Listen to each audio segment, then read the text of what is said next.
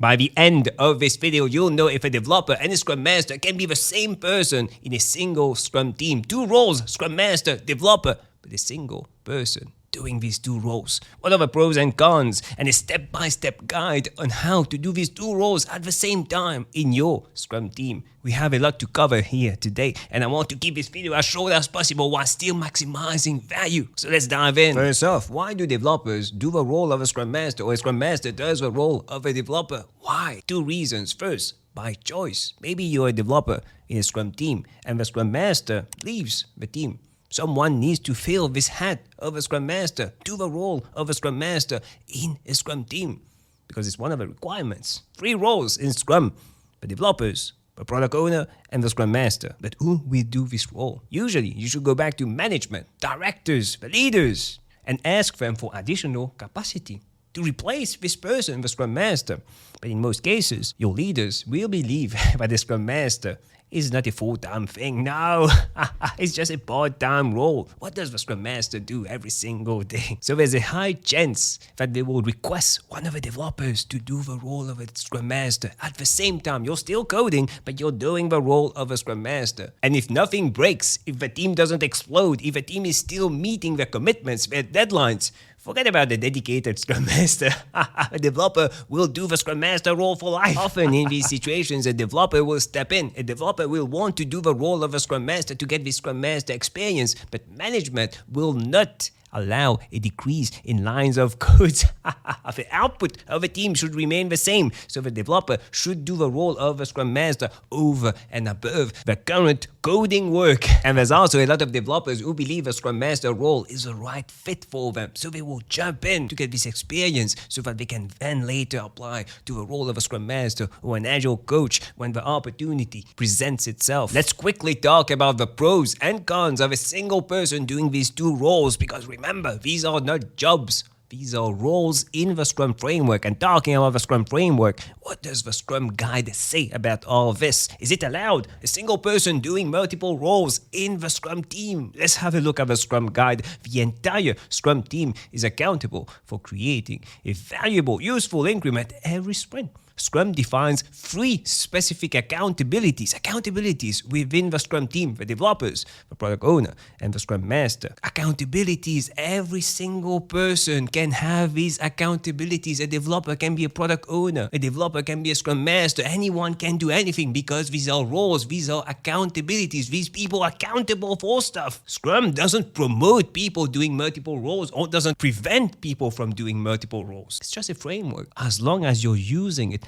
as per the book. But there's people in the team doing these roles, you're fine. The first pro that I can think of is for the company: cost reduction. You're not having an additional headcount, an additional person to do the Scrum Master role. A single person doing 2 roles.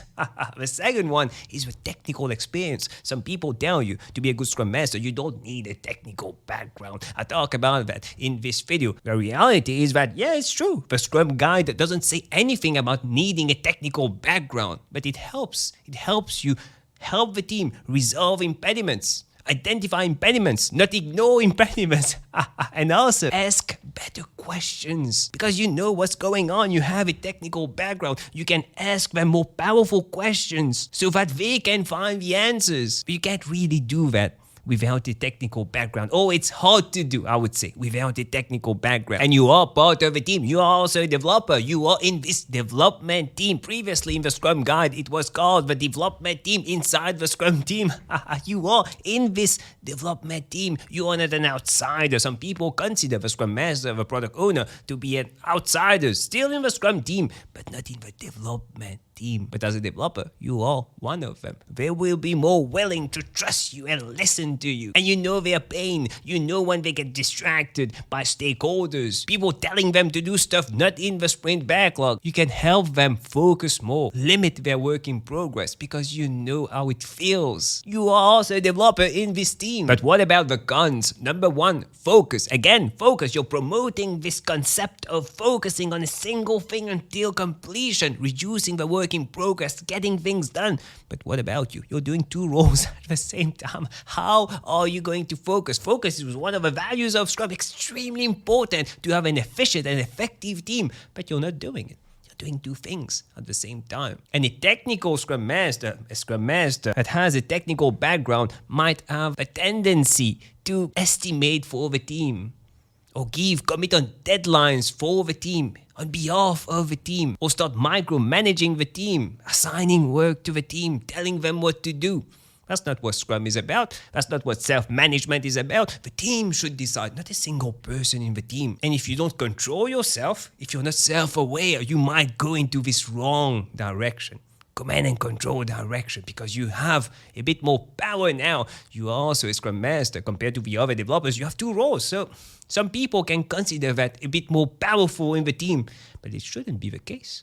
Every single one of you, same level. There's no hierarchies in Scrum. Same level, a single vote, every single one, and we make decisions as a team. And what about biases? Can you remain unbiased? You are a developer. You might make errors. You might fail. Can you really be unbiased in this situation? Can you really not take the sides of developers when talking to the product owner? Can you really admit if you fail, that you failed? It's really hard to do. It can be done, obviously. It can be done, but it takes awareness, practice, experience. And it's harder to do when you are also a developer in the team. And what about priority? That's a good one. Priority. When do you put your hat of Scrum Master and your hat of a developer? Let's say there's a production issue. Everyone is rushing towards the production issue. And you are a developer, so you're also helping in coding. When maybe you should have helped as a Scrum Master, shielding the team, preventing the stakeholders from shouting at the team because of this production issue, and letting them do their work because they know how to do it, instead of helping them in the coding side of things. And you also have an outside view as a Scrum Master. You're outside of a development team. And biased opinion on the development team, you see where things need improvement. Can you do that while being a developer in the team? Can you remain unbiased? It's hard to do. It can be done, but it's hard to do. But let's get back to the main reason. Why are we doing that in the first place? Because we want to cut costs.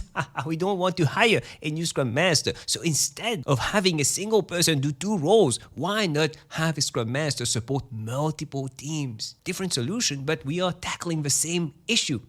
Cutting costs, but it's better. At some point, a Scrum Master will have less and less to do. If it's a good Scrum Master, this person will have less and less to do with a Scrum team, because the team now follow the Scrum practices perfectly, the Agile values and principles perfectly. They are self-managed. They need the Scrum Master less, and the Scrum Master can move to something else, another team, or work with the leaders. You're cutting costs. Same issue, but different solution, and a better solution. But after all this, if you still insist on having a developer do the role of a Scrum Master, let's look at this issue from another angle. What does a Scrum Master do? Help the team identify impediments, resolve impediments, facilitate Scrum events, do teaching, coaching, mentoring, being a change agent, facilitating meetings, helping the team resolve conflict. But all these things the team should be able to do because the team is self-managed. It doesn't need to be a single person doing all this. No. Multiple people. Maybe someone will facilitate. Another person will do coaching because they know how to do coaching. Another person will help the team resolve impediments. A single role.